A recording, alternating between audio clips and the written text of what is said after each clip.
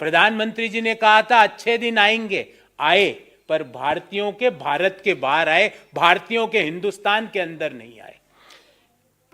उसके बाद ये सब तो होना ही था, और क्यों होना था उसके 6 रीजंस लेके आया हूं, 6 reasons why Indians are leaving Indian citizenship.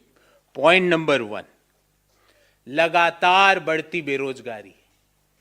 आपको जान के ताज्जुब होगा कि 2022 में 12 में से 9 महीनों में बेरोजगारी की दर देश में 7% से ज्यादा थी। 4 महीनों में बेरोजगारी की दर 8% से ज्यादा थी। दिसंबर 2022 को जो महीना खत्म हुआ, बेरोजगारी की दर ओवरऑल 8.3% और शहरी बेरोजगारी 10.09% रही है। जब लगातार इतनी भयंकर बेरोजगारी देश में चल रही है तो ये तो होना ही था। तो ये तो हुआ point number 1। Point number 2, constantly low GDP growth opportunities. 2017 में भारतीय अर्थव्यवस्था की ग्रोथ रेट थी 8.3%, जो कोरोना के पूर्व 2020 में हो गई 3.7%, और कोरोना के दौरान -6.7, और फिर उस लो बेस के कारण 8.7% वर्ष FY 2022 में ये रही। तो लगातार लो बेस ग्रोथ रेट अपॉर्चुनिटीज है, इस कारण लोग देश छोड़ के जा रहे हैं, अपना पैसा दूसरे देशों में लगा रहे हैं। हमारी जो हंसती खेलती बढ़ती हुई अर्थव्यवस्था 2017 में 8.3% से जो ग्रो कर रहे थे, और क्या हुआ था 17 में आपको याद होगा, रात को 8 बजे, आज रात 12 बजे से एक तो वो वाकया हुआ, फिर एक दूसरा वाकया, फिर आज रात 12 बजे से संसद खुलवा के बिना तैयारी के जीएसटी लगाई।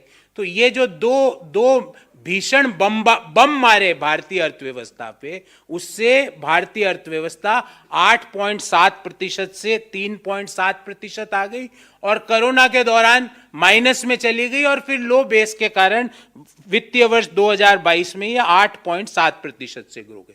तो पहला तो कंसिस्टेंट हाई अनएम्प्लॉयमेंट, दूसरा low GDP growth opportunity. Point number 3, और ये आंकड़ा हम सबके लिए चिंता का विषय है, जो तीसरा पॉइंट मैं बता रहा हूं। दुनिया में सबसे ज्यादा गरीब लोग हिंदुस्तान में है, ये यूनाइटेड नेशंस का आंकड़ा है।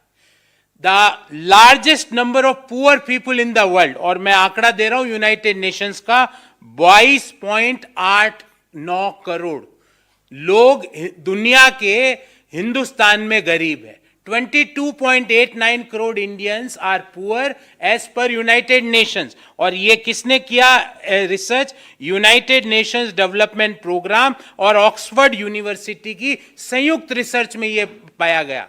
इसी रिसर्च का आगे में एक्सटेंडेड वर्जन ये है कि 79% जो दुनिया में 2020 में कोरोना के दौरान गरीब हुए, उनमें से 79% भारत में हुए। तो कोरोना में जो 79% लोग गरीब हुए, उसमें 79% हिंदुस्तान में हुए। तो consistent high unemployment, low GDP growth opportunities, largest pool of poor people. अमृतकाल चल रहा है, ध्यान रखना। चौथी बात,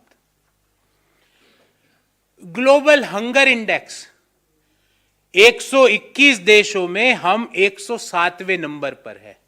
2021 में ये हम थे 101वें नंबर पे।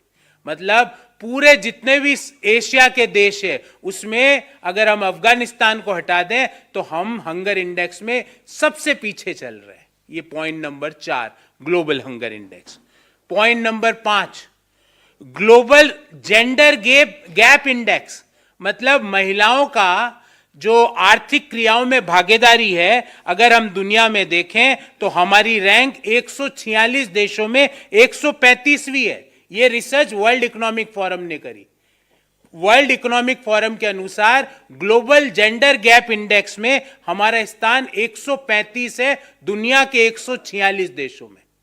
छठा पॉइंट, और यह आपके लिए बहुत महत्वपूर्ण है, इसलिए मैं इसको लास्ट में लाया, पर है बहुत महत्वपूर्ण, ग्लोबल प्रेस फ्रीडम इंडेक्स।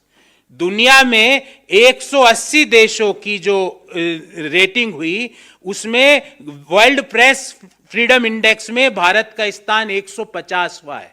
और आपको जान के ताज्जुब होगा कि उस रिपोर्ट के अनुसार हिंदुस्तान को one of the world's most dangerous country for the media, I unquote, ये इन्वर्टेड में लिखा है, उस रिपोर्ट में लिखा गया है दुनिया में मीडिया कर्मियों के लिए सबसे खतरनाक देश की कैटेगरी में भारत है। नमस्कार, मैं हूं मानक गुप्ता।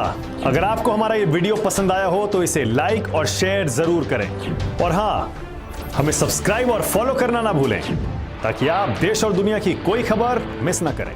तो जुड़े रहिए हमारे साथ और देखते रहिए न्यूज़ 24।